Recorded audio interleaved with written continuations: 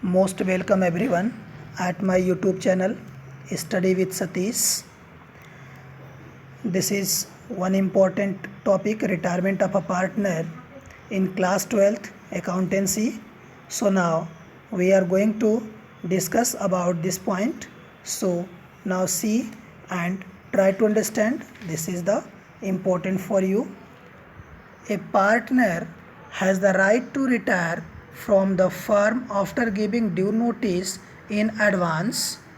Old partnership comes to an end after the retirement of a partner, but the firm continues and a new partnership comes into existence between the remaining partners. देखो यहाँ पे कहने का मतलब ये है कि कोई भी पार्टनर जो फर्म में पहले से है वो जब भी चाहे फर्म से रिटायरमेंट ले सकता है। बाकी के जो बचे हुए पार्टनर हैं उनको एक इन्फॉर्मेशन देने के बाद, जैसे अगर ए बी और सी तीन पार्टनर हो फर्म में और चाहे ए या बी या सी अगर फर्म से रिटायर होना चाह रहे हों तो वो रिमेनिंग पार्टनर्स को एक ड्यू इन्फॉर्मेशन दे करके फर्म से रिटायरमेंट कर सकते हैं, रिटायरमेंट ले सकते हैं। Okay, now see a retiring partner is entitle to get the following. जो पार्टनर फर्म से रिटायर होगा उस पार्टनर के पास ये राइट है कि वो फर्म से इन सारी चीज़ों के लिए क्लेम करे या इन सारी चीज़ों को फर्म से लेगा, such as share in goodwill, share in reserves, share in revaluation of asset and liabilities. जो भी उस रिटायरिंग पार्टनर का शेयर गुडविल की अमाउंट में बनेगा या फिर जो फर्म का रिजर्व है, क्योंकि देखो जो भी गुडविल है या रिजर्व है या फिर share in revaluation of asset and liabilities, जो भी एसेट और लाइबिलिटीज के रिवैल्यूएशन में प्रॉफिट हुई है, उन सभी में जो भी रिटायरिंग पार्टनर है वो पहले एक पार्टनर के तौर पे काम कर रहा था, तो इन सारी अमाउंट में उसका भी अपना एक हिस्सा बनता है। तो वो इन सारी अमाउंट को लेकर के, जैसे गुडविल में उसका शेयर जो भी बनेगा, रिजर्व में जो उसका हिस्सा बनेगा या जो शेयर बनेगा, और share in the revaluation of asset and liabilities, firm से वो रिटायरमेंट ले सकता है और इन सारी अमाउंट के लेने के बाद। अब देखो यहाँ पर एक इम्पॉर्टेंट पॉइंट आप लोगों को नोटिस करना चाहिए और अपने माइंड में हमेशा आप इसको सेट करके रखो। Total amount due to the retiring partner, जितनी भी अमाउंट रिटायरिंग पार्टनर की ड्यू होगी, जैसे टोटल कलेक्ट किया जाएगा, कलेक्ट करने के बाद जितनी टोटल अमाउंट बनेगी, total amount due to the retiring partner either paid up immediately और is transfer to his loan account.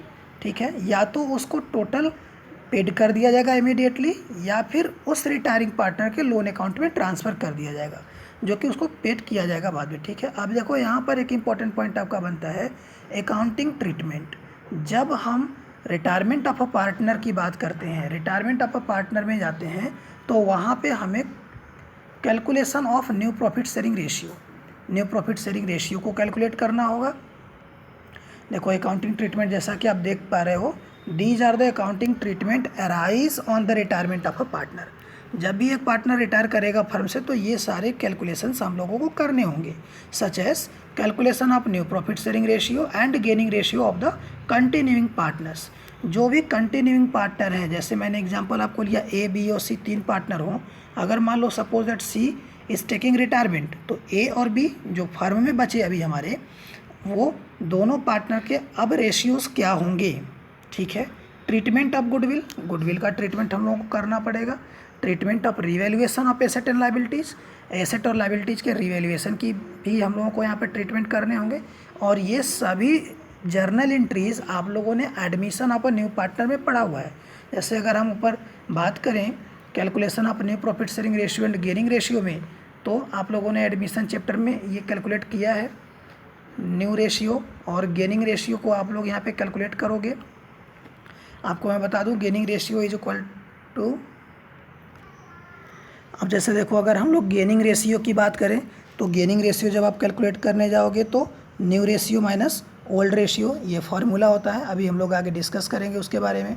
फिर ट्रीटमेंट ऑफ गुडविल, और उसके बाद देखो जो revaluation of asset and liabilities है, या फिर treatment of reserve and accumulated profits and losses, इन सब की अपनी जर्नल एंट्रीज़ बनेगी। आप लोगों ने एडमिशन चैप्टर में ये जर्नल एंट्रीज़ पढ़े हुए हैं, अभी आगे हम लोग डिस्कस करेंगे इसके बारे में। और देखो उसके बाद हम लोगों का एक पॉइंट बन रहा है पेमेंट टू रिटायरिंग पार्टनर जो भी रिटायर कर रहा है पार्टनर, उस पार्टनर की टोटल अमाउंट जो बनी, अभी हमने आपको ऊपर बताया कि total amount either paid off immediately or transfer to his loan account. अब ये जो कंडीशन बनेगी क्वेश्चन में हम उसके अकॉर्डिंग टू चलेंगे। And next point is the adjustment of capitals in proportion to profit sharing ratio. ये इतने सारे पॉइंट्स हैं हम लोगों के जब हम लोग रिटायरमेंट ऑफ अ पार्टनर के न्यूमेरिकल ट्रीटमेंट में चलेंगे। अभी देखो एक क्वेश्चन मैंने यहाँ पे आप लोगों के सामने प्रेजेंट किया है। ये टोटल 2 क्वेश्चंस हैं छोटे छोटे आपको समझने के लिए। And these 2 questions are related with your point number 1, calculation of new profit sharing ratio.